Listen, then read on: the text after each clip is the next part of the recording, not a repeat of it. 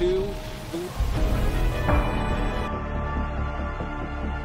নমস্কার দর্শক, আমেরিকার স্পেস এজেন্সি নাসা এটা কি করতে চলেছে? এবার কি তাহলে নাসা এলিয়ানের খোঁজ পাবে? হঠাৎ কেন বৃহস্পতির চতুর্থ বৃহত্তম উপগ্রহে মহাকাশযান পাঠাচ্ছে নাসা?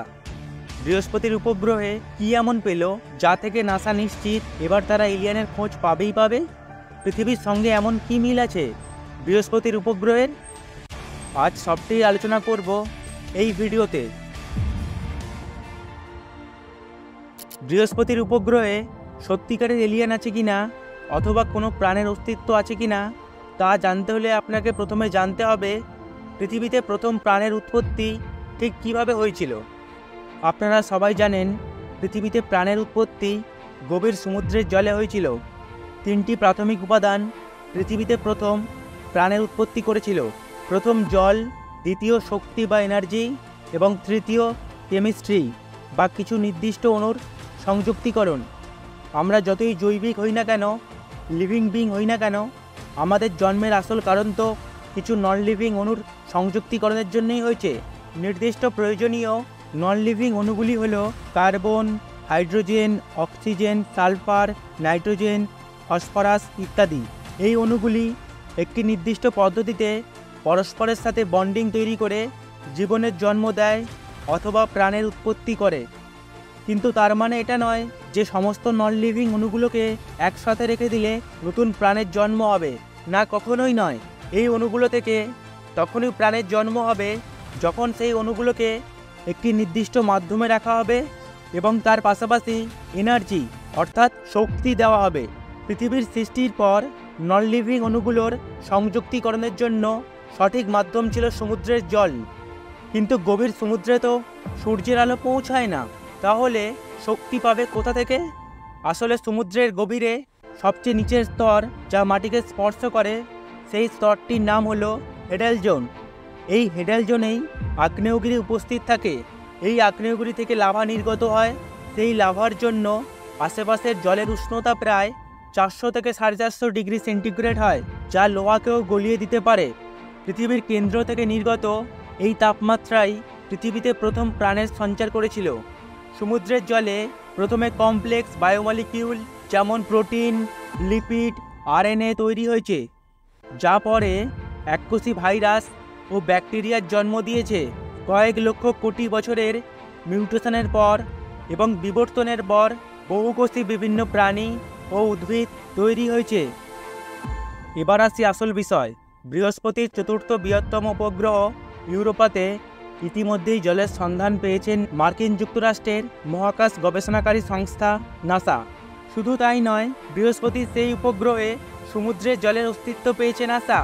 79-এর ভয়েজার মিশন এবং 89-এর গ্যালিলিও মিশন যখন ইউরোপার সবচেয়ে কাছাকাছি ছবি নিয়েছিল, সেই ছবি অ্যানালাইসিস করে নাসা বুঝতে পেরেছে ইউরোপার উপরিভাগ মোটা পুরু বরফে ঢাকা হলেও সেই মোটা বরফের আস্তরণের নিচে পৃথিবীর সমুদ্রে যে পরিমাণ জল আছে তার দ্বিগুণ জল সেখানে আছে। তার পাশাপাশি বিজ্ঞানীরা এটাও বার করেছেন যে পৃথিবীর মতোই ইউরোপার অভ্যন্তরীণ স্তরে জিওথার্মাল এনার্জি রয়েছে এবং যে কারণেই সেই তাপ পুরু বরফের নিচের স্তরকে জলে পরিণত করেছে। ইতিমধ্যে প্রমাণিত হয়েছে ইউরোপার পরিবেশে এবং ইউরোপার ভূপৃষ্ঠে পৃথিবীর মতোই সেই সমস্ত এলিমেন্ট বা মলিকিউল আছে যা প্রাণের সৃষ্টি করতে পারে, যেমন carbon, oxygen, hydrogen, sulphur, phosphorus, nitrogen ইত্যাদি। আদিম পৃথিবীর মতোই যেহেতু বর্তমানে ইউরোপার পরিবেশ, তাই নাসার বিজ্ঞানীরা আশা করছে পৃথিবীর মতো ইউরোপাতেও হয়তো প্রাণের অস্তিত্ব দেখা মিললেও মিলতে পারে। তাই নাসা ইউরোপাতে স্পেসশিপ বা মহাকাশযান পাঠাচ্ছে।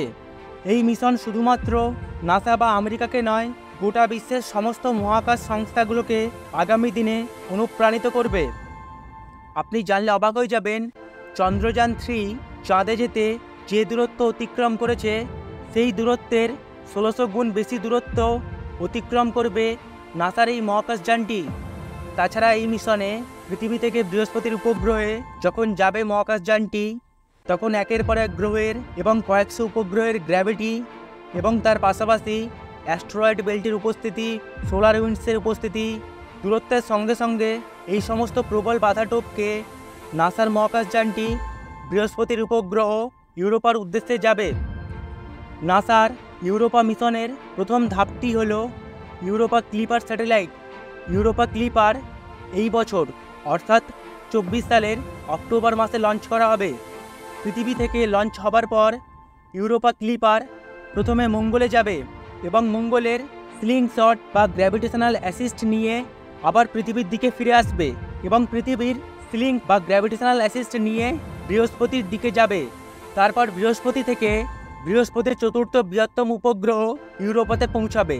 এই প্রসঙ্গে বলে রাখি, স্লিং বা গ্র্যাভিটেশনাল অ্যাসিস্ট হল মহাকাশযানকে গতিবেগ বাড়ানোর একটি প্রযুক্তি, যা মহাকাশযানের কক্ষপথ পরিবর্তন এবং গতিবেগ বাড়ায়। গ্রহ বা মহাকাশের অন্যান্য বস্তুদের গ্র্যাভিটেশনাল ফোর্সকে ব্যবহার করে নাসার বিজ্ঞানীরা ক্যালকুলেট করে দেখেছে পৃথিবী থেকে বৃহস্পতির উপগ্রহ ইউরোপাতে পৌঁছাতে প্রায় 7 বছর সময় লাগবে মহাকাশযানটির। শুধু তাই নয়, এই 7 বছরের যাত্রাপথে বিভিন্ন গ্রহ ও তাদের উপগ্রহের বর্তমান এবং ভবিষ্যৎ পজিশন কী হবে তা ক্যালকুলেট করে বার করেছে নাসার বিজ্ঞানীরা। ঠিক কোন অ্যাঙ্গেলে স্পেসক্রাফটকে লঞ্চ করতে হবে, প্রতিটি গ্রহ উপগ্রহকে পাশ কাটিয়ে ঠিক কোন জায়গা দিয়ে যেতে হবে এবং কোন সময় যেতে হবে, তবেই স্পেসশিপ বৃহস্পতির উপগ্রহ ইউরোপাতে পৌঁছাতে পারবে। এই সবটাই ক্যালকুলেট করে বার করেছেন নাসার বিজ্ঞানীরা। ঠিক কী পরিমাণ কঠিন ক্যালকুলেশন করছে নাসার বিজ্ঞানীরা, ঠিক কতটা গুরুত্বপূর্ণ হতে চলেছে এই মিশনটি। 2031 সালে যখন এই মহাকাশযানটির যাত্রা শেষ হবে, তখন এই মহাকাশযানটি বৃহস্পতির উপগ্রহ ইউরোপার চারপাশে প্রদক্ষিণ করবে। ইউরোপার ভূপৃষ্ঠের পরিবেশ এবং সেখানকার উপস্থিত বিভিন্ন মলিকিউলের উপস্থিতি, তাপমাত্রা সম্পর্কে আরও ডিটেলস তথ্য প্রদান করবে এই মহাকাশযানটি। কিন্তু শুধু এখানেই থেমে থাকবে না নাসা। তারা ঠিক করেছে নাসার এই স্পেসক্রাফটটি ইউরোপাতে পৌঁছানোর পর ইউরোপার ভূপৃষ্ঠে ক্রায়োবটস নামে একটি রোবট পাঠাবে। ক্রায়োবটস নামক রোবটটি নিউক্লিয়ার শক্তিকে কাজে লাগিয়ে ইউরোপার ভূপৃষ্ঠের ওপর বরফের যে পুরু আস্তরণ রয়েছে তা ভেদ করে বরফের নিচে যে জল আছে সেখানে পৌঁছাবে। তারপর সেই রোবটটি আরও 48টি মাইক্রো রোবট নিয়ে যাবে, যে মাইক্রো রোবটগুলি সমুদ্রের জলের তলায় বিভিন্ন জায়গায় ঘুরে বেড়াবে এবং খুঁজে বার করবে সেখানে আদৌ কোনো জীবনের অস্তিত্ব আছে কিনা। তাহলে বুঝতেই পারছেন এই মিশনটি ঠিক কতটা পরিমাণে গুরুত্বপূর্ণ হতে চলেছে। যদি সেখানে প্রাণের অস্তিত্ব পাওয়া যায়, তাহলে সেই জীবের বা জীবনের বায়োলজি কী, ওই পরিবেশে সে কী করে জন্ম নিল এবং কী করে সে বেঁচে আছে, আমরা তা ডিটেলসে স্টাডি করতে পারবো। শুধু তাই নয়, আমরা জানতে পারবো এই ব্রহ্মাণ্ডে শুধুমাত্র আমরা একলা নই, আরও অনেকে আছে।